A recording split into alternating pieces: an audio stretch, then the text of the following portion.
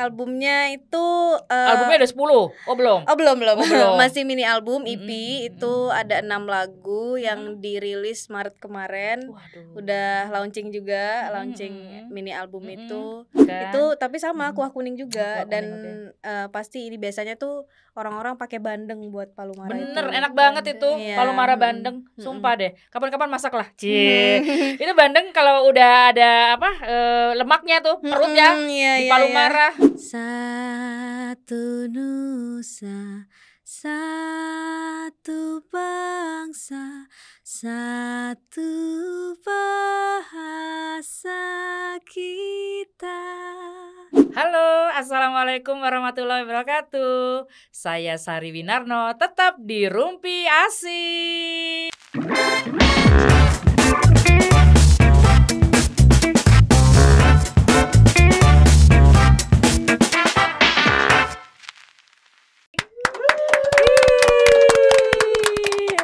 Kita kedatangan ciwi-ciwi cintik, cewek-cewek cakep loh. Amin, dari Indonesia Timur ini. Kita nih ya sebentar lagi akan nggak sebentar lagi ya, kayaknya tanggal 28 Oktober nanti kan Sumpah Pemuda nih. Jadi kita temanya ini tentang Sumpah Pemuda dan menghadirkan cewek-cewek cantik, imut,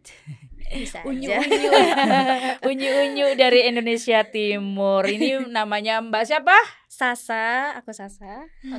Saya Saluna. Iya. Udah kelihatan timurnya ya. Ya, langsung logatnya. Bisa ditebak orang manakah? Mbak Sasa dari mana? Aku dari Lombok, di NTB. Dari Papua Barat. Oke, Indonesia Timur yang masih indah banget ya. Luar biasa. Dan ini mereka hadir di Jogja. Ngapain di Jogja? Ayo, jajan. Mencari kegabutan yang lainnya. Gitu ya. Ini lagi magang ya? Iya, aku lagi magang. Kuliah di mana nih Mbak Sasa? Aku kuliah di Universitas Mataram. Ambil apa? Ambil komputer, malamnya dihukum. Agak ini ya, titip absen. Aku sekarang sebagai mahasiswa ilmu komunikasi di Fakultas Sosial dan Politik di Universitas Mataram. Sekarang udah semester 7. Waduh, udah tugas-tugas akhir tuh ya. Iya, udah bau-bau tekanan-tekanan yang baru nih. Udah mau skripsi nih? Iya, udah harus nyari judul-judul juga. Oh gitu. Gimana judulnya? Masih mungkin terbawa dengan suasana keromantisan Jogja?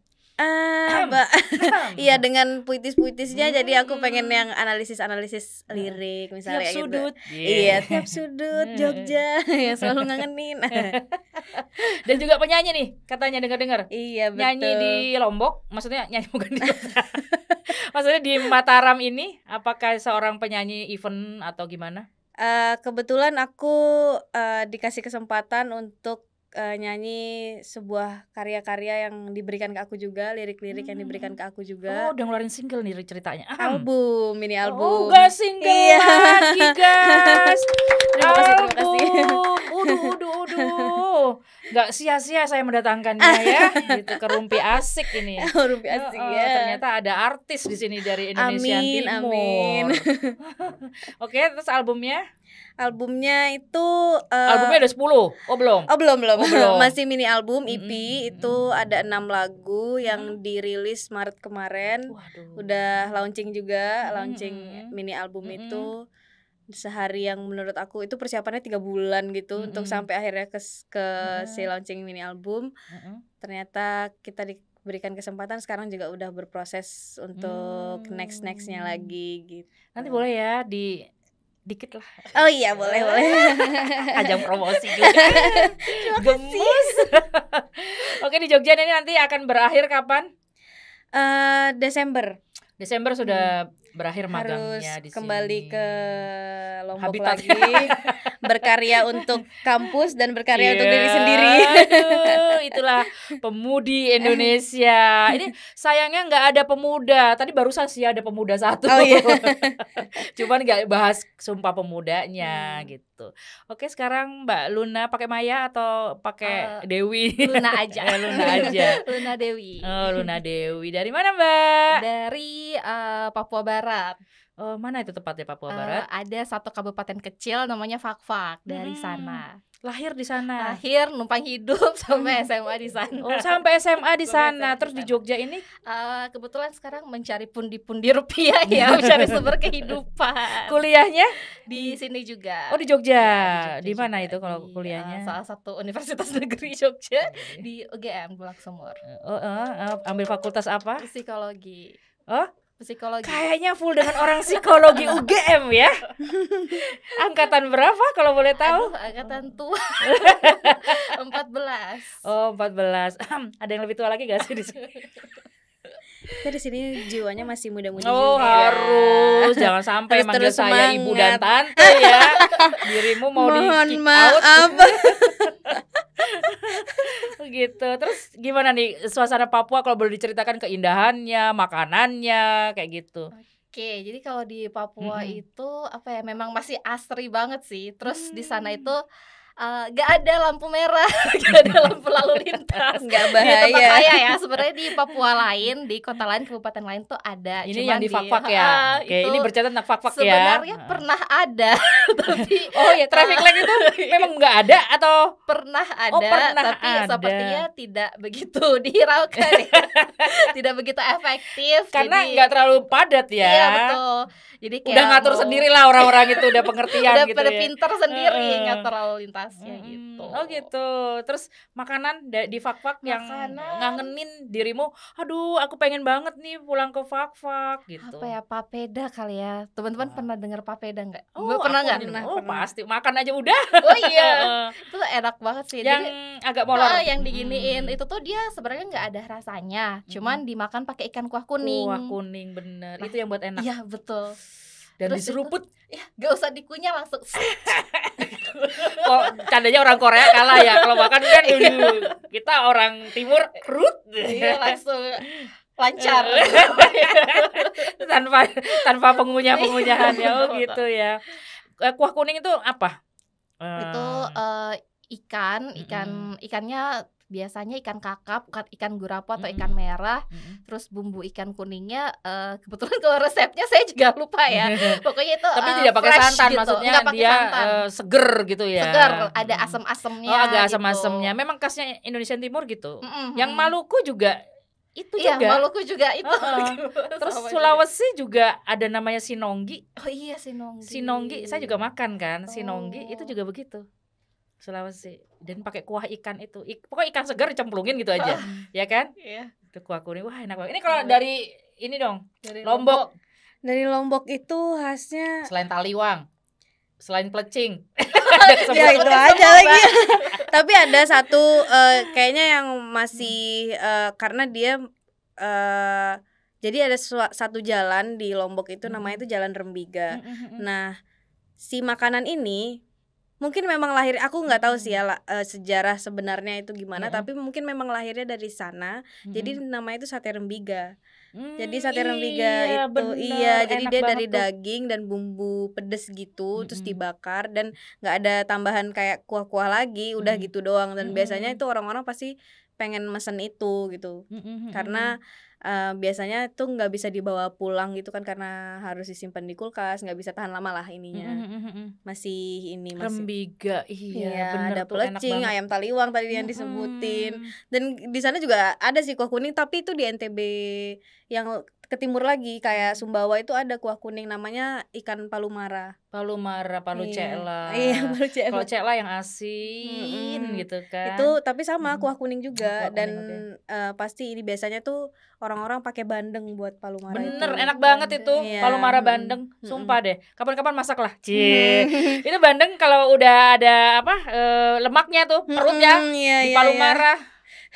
Itu kayak yang Allah. ultimate-nya kalau udah dapat bandengnya kayak gitu tuh. Poinnya. Poinnya di situ. Itu harus perlu kayaknya ini sebelah kafe kosong ya. Ntar kita isi dengan Iya, bisa tuh. boleh. biar orang bisa ngincipin ya. Ini loh masakan bener. Indonesia Timur juga Biar enak-enak gitu loh, ngangenin gitu. mumpung di sebelah kayaknya agak panas, kalau ada palumara tuh kan kayak seger seruput gitu. soalnya. Iya. Itu apa lagi dia? Apa tadi? Papedanya Papeda, itu sagunya beda ya? Kalau papeda ya. Maksudnya Eh, dengan sagu-sagu, maaf ya, sagu-sagu sini kan merek gitu. itu kan udah jadi tepung ya, di Heeh. sana masih basah gitu. Oh, Masih bentuk sagu. ini Dari blok apa? blok, Bentuk bentukan blok gitu. Oh gitu ya. Gitu. Terus nanti dicampur air, terus disaring lagi, baru direbus. Atau enggak biasanya disiram air panas, terus langsung diaduk-aduk gitu. Itu beda rasa nggak sih kalau misalnya kita dengan tepung kemasan, tepung kanji kemasan, tepung tapioka dengan yang blok? Kalau menurut aku beda sih, jadi kayak lebih sedep aja gitu kalau yang pakai blok yang langsung gitu. Besok bawa dah blok, dia bawa sagu. Ini pesanannya Mbak Sari nih, gara-gara Mbak Sari nih saya ke Jogja bawa blok sagu gitu kan. Sagu frozen kali. Sagu frozen. Sagu frozen, semuanya aja frozen sekarang ya. Iya. Dan di sana juga ikan ya. Iya, ikan fresh. Ikan di Indonesia Timur tuh makanannya pokoknya ikan. Iya. Hampir setiap hari gitu. Soalnya Iya ayam kan, bener mahal. ya? Oh, Iya, ayam mahal di sana. Arwana kabarnya di sana jadi pepes. Bukan, itu kayaknya orang bapak-bapak juga nangis kalau Arwana jadi pepes. Arwana jadi apa dulu ya? Arwana kan banyak soalnya kan itu. Soalnya dulu pernah waktu itu tugas di Papua, emang ditanya ini ikan apa, pepes arwana, kita kan langsung syok gitu ya. Di Jawa ya harganya pusing gitu ya, jutaan, di sini dipepes gitu. Ternyata arwananya itu jenisnya beda gitu kan ya. Ada arwana kan macam-macam tuh, ada yang arwana hitam, ada arwana yang kuning kayak gitu-gitu. Seru-seru. Terus gimana kalian sebagai orang Indonesia Timur terus ke Jawa, ke Jogja, itu gimana kesannya kota Jogja ini? Welcome atau menurut kalian aduh masakannya kok gudeg manis gitu, kesannya gimana di Jogja ini? Mungkin Sasa dulu yang baru merasakan culture shock mungkin. Enggak, kalau aku sih kebetulan enggak yang sekaget itu karena pertama darahku juga ada dari barat kan, maksudnya aku emang ada darah Jogja juga. Jadi yang enggak seasing itulah, cuman yang bikin asing itu culture yang biasa dilakuin sama anak-anak mudanya. Kayak misalnya di sini tuh kan pasti lebih advance ya, maksudnya secara ilmu pengetahuannya, terus bergaulnya itu kan lebih maju daripada yang di Lombok gitu. Karena biasanya kalau anak-anak yang udah keluar untuk pas ini point of view aku ya, anak-anak yang udah keluar balik lagi itu pasti ntar dia jadi anak Lombok lagi, bukan anak yang udah pernah belajar di luar gitu. Itu point of view aku yang aku lihat dari teman-teman aku yang kuliah di luar ya. Kayak gitu. Biasanya sih itu sih ya. Jadi masih tetap kaget sama cara kayak kalau aku ngeliat teman-teman aku tuh kayak pinter banget teman-teman itu kayak mereka yang mereka pelajarin itu lebih up to date, terus lebih bisa menyesuaikan sama, apalagi sekarang penuh dengan digital ya, apa-apa keseharian kita itu pasti digital semua kan. Dan kalian juga di lingkungan itu. Iya, kita serba digital itu tadi. Kayak kita memang dibikin membutuhkan kehadirannya digital lah, kalau enggak tuh kayak kita bakal ketinggalan gitu. Betul. Nah tapi kalau di Lombok itu ya, kalau beberapa orang nyebutnya di Lombok itu kayak delay gitu. Jadi di sini kayak misalnya lagi rame kafe, di Jogja tuh udah dari tahun kapan, di Lombok itu kayak baru-baru gitu. Iya, kayak gitu biasanya. Terus untuk pendidikan di Lombok, kalau boleh di-share ke teman-teman? Pendidikan dari di Lombok. SD mungkin. Jadi mau SD di Lombok. Iya. SMP juga di Lombok. Betul. SMA juga. SMA juga di Lombok. Sempat di Dompu juga. Oh, di Dompu juga. Oke. Yeah. Coba share deh pendidikan di sana tuh gimana gitu, atau rajin-rajin, giat gitu, atau gimana gitu, atau pendidikannya itu mereka untuk menangkapnya masih tetet krik gitu. Misalnya ada jeda waktu loadingnya gitu, atau gimana tuh? Kalau di Lombok sendiri, kalau pendidikan sekolah yang SD sampai SMP itu sebenarnya mungkin masih sama ya, kayak nggak beda-beda jauh banget sama entah ke barat ataupun lebih timur lagi. Maksudnya dari Lombok Barat, Lombok Timur gitu? Maksudnya Indonesia Timur atau Indonesia Barat gitu okay. yang kayak udah merata berarti ya. Iya, maksudnya yang dikeluhkan juga sama kayak yang dikeluhkan oleh orang Indonesia itu pendidikan kita kan paling rendah dibandingkan dengan negara-negara lainnya. Bukan paling rendah sih, tapi salah satu yang belum maju gitu, masih berkembang. Nah, di Lombok pun sama, tapi ya itu tadi yang kayak misalnya aku sama teman-teman aku ngerasa beda, kayak mereka tuh pengetahuannya itu lebih up to date karena mungkin jangkauan mereka ke ibu kota lebih dekat terus nggak delay kayak kita terus gitu. Informasinya juga lebih cepat, lancar iya, gitu. Di sana untuk internet udah bagus kan? Udah bagus. Ada beberapa tempat yang memang belum bagus ini ya internet, tapi karena emang belum dijangkau aja sama beberapa provider gitu. Berarti informasi udah cepat juga udah dong. Udah cepat, iya, karena jauh lah ya. Apalagi sekarang udah ada Mandalika juga kan. Betul. Yang ini, jadi mau nggak mau Lombok juga harus maju, iya, harus udah nyari first startnya tuh dari mana gitu. Turis juga sudah bersaing dengan Bali ya. Betul. Yang dilirik setelah Bali dia, atau kadang-kadang Bali sekarang udah mulai ini ya, tersaing lah ya. Bisa dibilang begitu, tapi enggak juga. Iya, maksudnya karena di Bali itu tempatnya udah advance secara SDM. Kalau SDM itu udah bagus kan pasti fasilitasnya juga sudah. Iya, betul. Fasilitasnya juga sudah ini ya, Bali tertata baik lah istilahnya. Betul, karena Bali kan udah berjalan lebih dulu dan lama daripada Lombok. Lombok kan istilahnya masih baru lah, bukan masih baru banget sih. Di pantiknya yang masih baru, kayak sama Mandalika itu kan sebagai pemantik pariwisata kan, apalagi setelah Covid juga. Terus kemarin juga sempat gempa, mereka cuman waktu recover mereka tuh cuman setahun. Jadi dari gempa kemarin 2019 itu recover, tiba-tiba 2020 tuh Covid gitu. Jadi mereka sama sekali belum healing sebenarnya. Terus munculnya Mandalika itu sebenarnya jadi pemantik yang bagus lah untuk Lombok. Mungkin nanti Lombok akan ada seperti training atau pelatihan ya, terutama untuk para pedagang ya. Karena saya bolak-balik tuh dulu ke Lombok tuh, termasuk ke pantai-pantai Kuta gitu ya, Kuta Lombok ya maksudnya. Kuta Lombok yang mereka masih belum bisa di manage dengan baik ya. Iya, betul. Maksudnya pedagang-pedagang ini terutama pedagang-pedagang yang anak kecil-kecil nih kadang kan ini ya merasa nggak nyaman loh, maksudnya turis pendatang ya diikutin rombongan anak isinya 10 bro. beli beli satu juga sama. Iya, beli satu kerubut semua. Iya, benar. Itu mungkin harus di manage dengan baik, sama dengan pedagang-pedagang kain tuh ya, pedagang-pedagang kain. Saya seneng sih di Lombok itu pasti banyak pesanan ya, kain mutiara kayak gitu kan. Untuk sebagai turis mungkin buat nge-explore jadi enak gitu, nggak perlu cari tahu di mana, udah disamperin. Tapi aku juga sebagai orang Lombok nggak nyaman dengan kehadiran itu. Betul. Kami kan aku juga warga sipil ya, jadi nggak tahu gimana menghadapi itu juga. Jadi ya tetap sama seperti orang yang liburan ke Lombok, aku juga turis kalau ke Kuta itu gitu. Jadi kayak ya udahlah gitu, menikmati yang ada aja. Memang akhirnya jadi PR. Sebenarnya PR-nya bukan hanya pemerintah, kita bersama kita bersama bahwa memang apa sih enaknya gimana men-training para pedagang kecil juga, terutama kecil yang UMKM lah ya, pedagang-pedagang itu untuk lebih tertib, lebih ya untuk perkembangan mereka juga ya, karena mereka nanti akan bisa juga secara online kan. Saya sempat tuh ngajarin beberapa pedagang di Pulau Lombok ya, di Kuta Lombok. Tapi kalau yang di Pusat Mutiara itu udah pinter. Ya mereka lebih advance karena udah pinter. Sekarbela itu sudah pinter, dan saya banyak banget tuh. Saya reseller beberapa ada 10 lah di situ. Saya resellernya itu udah pinter, dia dari nge-share fotonya untuk fotografinya bagus, terus barang juga sesuai dengan yang ada di foto, terus pengiriman juga pinter, dia juga bisa pakai m-banking. Udah lama itu udah tuh. Penting banget kan soalnya sekarang. Tapi yang di Kuta Lombok maaf nih gitu ya. Saya kesulitan banget kalau misalnya stok saya habis nih kain.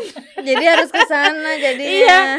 Dan saya telepon, WhatsApp itu di telepon pun mereka hanya ya suaranya dari jauh begitu. Jadi bingung. Terus saya harus gimana? Ya kain yang kayak kemarin dikirim ke kantor pos terdekat. Nah, bingung kan? Terus ngirim uangnya gimana? Saya punyanya nge-wesel dulu saya pertama kali. Itu tahun berapa, Mbak? 5 tahun yang lalu. Padahal itu termasuk baru ya, maksudnya 55 tahun yang lalu tuh udah ada sebelum MBK. Covid.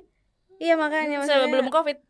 Setelah Covid pun saya berusaha menghubungi mereka 2021 lah ya, 2021 2022 itu mereka masih kesulitan tuh, yang pedagang yang saya kan minta nomor telepon tuh, pedagang-pedagang yang deketin saya tuh. Bisa minta nomor teleponnya enggak? Nanti saya pesan lagi nih gitu. Daripada saya ngotong-ngotong beli 1 kodi gitu kan. Kayak gitu 1 kodi 2 kodi. Jadi dari jauh aja. Iya, benar ya Mbak, nanti saya dihubungin. Iya, saya hubungin enggak bisa. Gitu. Dan kain-kain mereka itu kalau saya belinya ke mana, pusat oleh-oleh, bukan pusat, ya pusat oleh-oleh sama desanya apa namanya, Sade. Desa Sade, iya. Luar biasa harganya. Bener, karena mungkin karena itu yang dijual ya, karena manual, benar-benar. Dan pewarnaan benangnya itu mereka pakai buah. Masih natural. Masih natural ininya. Dan jadi produksinya nggak banyak itu Mbak Luna, dia di Lombok itu. Jadi 1 model gini, 1. Makanya kenapa harganya juga harganya selembar kecil itu 300.000. Apalagi Desa Sade itu termasuk desa yang kulturnya tuh masih kental. Maksudnya mereka punya unique selling point-nya. Iya. Maksudnya karena di desa itu mereka khas banget. Jadi dari rumah, maksudnya dari akar pun mereka tuh udah khas gitu, dari leluhurnya mereka. Kayak misalnya pembuatan rumah mereka lantainya dari kotoran sapi kayak gitu. Jadi ngepelnya pakai kotoran sapi loh itu. Terus jadinya mereka punya sesuatu untuk dijual. Akhirnya apapun yang berada di sana pasti bakal mahal. Dan dikenalnya Desa Sade itu adalah desa yang paling khas gitu. Kayak misalnya kalau aku sebut Lombok gitu, pasti yang sering orang sebut itu Desa Sade. Desa Sade. Iya. Sukarara juga. Iya, Sukarara juga.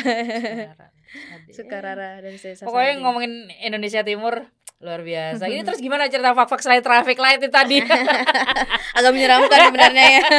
Tapi kalau tanya fak-fak itu termasuk seperti apa? Contohnya kayak Sleman mungkin, atau mungkin Kulon Progo atau Bantul kali ya. Jadi dia tuh udah cukup maju sebenarnya dibanding Papua-Papua yang lain gitu. Karena memang kalau kita bicara Papua itu kan sekarang udah dimekarkan ya, ada Papua Pegunungan, ada Papua Selatan, Papua Barat kayak gitu. Kalau tempat saya yang Papua Barat. Nah, kalau pemerataan itu menurut aku sih gak terlalu rata ya. Jadi ada yang udah cukup advance, ada yang udah ada mallnya. Tapi di sisi lain ada juga Papua yang kayak masih tertinggal gitu. Kayak ada daerah yang sekolah itu masih sulit untuk dijangkau. Sekolah hanya untuk yang berduit mungkin kayak gitu. Jadi memang kurang merata lah untuk kemajuan atau pembangunan di Papua ini. Tapi kalau tempatku di Fak-Fak bisa dikatakan cukup maju tapi nggak terlalu maju juga. Oh gitu. Tapi pendidikannya di Fak-Fak itu sendiri? Sebenarnya ada dari TK, SD, SMP, SMA, kampus juga ada di sana. Tapi memang untuk SDM-nya sendiri masih kurang gitu. Ada temen aku dosen di Papua, itu katanya mahasiswanya itu diajarin membaca dulu, membacanya belum lancar. Oh ya Allah. Iya, Masya Allah. Tapi back again beda-beda di setiap daerah-daerah di Papuanya gitu. Aduh, Indonesiaku. Tapi semangat ya. Iya, semangat orang Papua luar biasa. Sampai akhirnya mereka juga banyak yang kesini kan, untuk belajar. Salah satunya Mbak Luna ini. Iya benar. Orang Papua yang belajar tuh tinggi banget sebenarnya. Cuman memang harus butuh perlakuan khusus untuk memandu, menemani mereka ini belajar. Karena memang harus ekstra sabar. Iya. Jadi untuk kuliah pun masih diajari membaca, ada kasusnya seperti tidak semua itu. Tapi ada. Tapi gitu. mau semangat ya untuk belajar membaca ini, mahasiswanya ini. Betul, semangat. Bahkan ada yang sudah dewasa, sudah berkeluarga juga belum bisa membaca. Itu banyak yang seperti itu juga. Oh, di era ini yang kalian di tempat digital gini masih ada yang buta huruf? Masih. Gitu. Jadi semoga cepat pulih lah ya Papua. Cepat pulih Indonesia deh. Iya, cepat pulih Papua, cepat pulih Indonesia Timur, cepat pulih Indonesia semua. Semoga semuanya merata ya. Betul. Nggak ada yang namanya Jawa atau non Jawa. Kita semuanya adalah Indonesia. Oke guys, ini untuk episode Sumpah Pemuda. Kayaknya sudah dikode-kode nih sama timnya kreatif ini bahwa waktunya kepanjang. Kayak kurang deh, kita perlunya 3 hari 3 malam nongkrong di studio. Ini masih ngebahas makanan aja tadi udah 1 jam sendiri. Seru soalnya ya. Oke, kalau ada yang mau bertanya tentang Papua atau tentang Lombok, boleh loh komen di YouTube Rumpi Asik. Silahkan subscribe, like, comment, and share. Jangan lupa juga mbak-mbak ini untuk siap pasti. 1 NTB ini ya, subscribe. Iya. Wow. 1 Papua juga. Stakeholder tiba-tiba jadinya. Iya. Oh iya. Pasang baliho Rumpi Asik. Iya. Oke, di Papua jangan lupa gitu ya. Kalian tetap ngerumpi asik di sini. Oke guys, kita sampai ketemu ya di episode-episode menarik selanjutnya. Tetap di Rumpi Asik, feeling fresh with Rumpi Asik. Nanti kita nyanyi lagu Satu Nusa Satu Bangsa dipandu oleh Mbak Sasa. Oke. Oh ya, sama promote itu deh. Oh ya, oke. Promote dulu deh. Lagunya Mbak Sasa kita mau dengerin dong. Oke. Jadi teman-teman, perkenalkan aku Sasa, atau biasa kalau di panggung namanya si Sasa, disambung ya, nggak dipisah. Si Sasa. Iya. Apa karena orang Sasak? Oh bukan. Bukan, aku kan namaku Sasa. Oh gitu ya. Si Sasa bisa ketemu sama aku di Instagram, dan di Instagram juga ada link yang menuju ke YouTube dan Spotify yang mengatasnamakan si Sasa Official. Keren. Kalian di sana bisa nikmatin lagu-lagu aku di mini album Sisi Lain. Sisi Lain. Oke, silakan. Referennya aja nggak apa-apa, boleh. Apa ya? Aduh. Entah apa yang ku rasa saat kau ada, rasa itu datang lagi saat ku tatap matamu, seakan bahagia menungguku di sana. Udah. Oke. Lanjut yuk, Satu Nusa Satu Bangsa. Yuk. Kita lip sync aja Mbak Luna. Perburuk. Oke, Satu Nusa Satu Bangsa ya. Udah boleh dimulai nih? Boleh. Satu nusa, satu bangsa, satu bahasa kita. Tanah air pasti jaya untuk selama-lamanya. Indonesia pusaka, Indonesia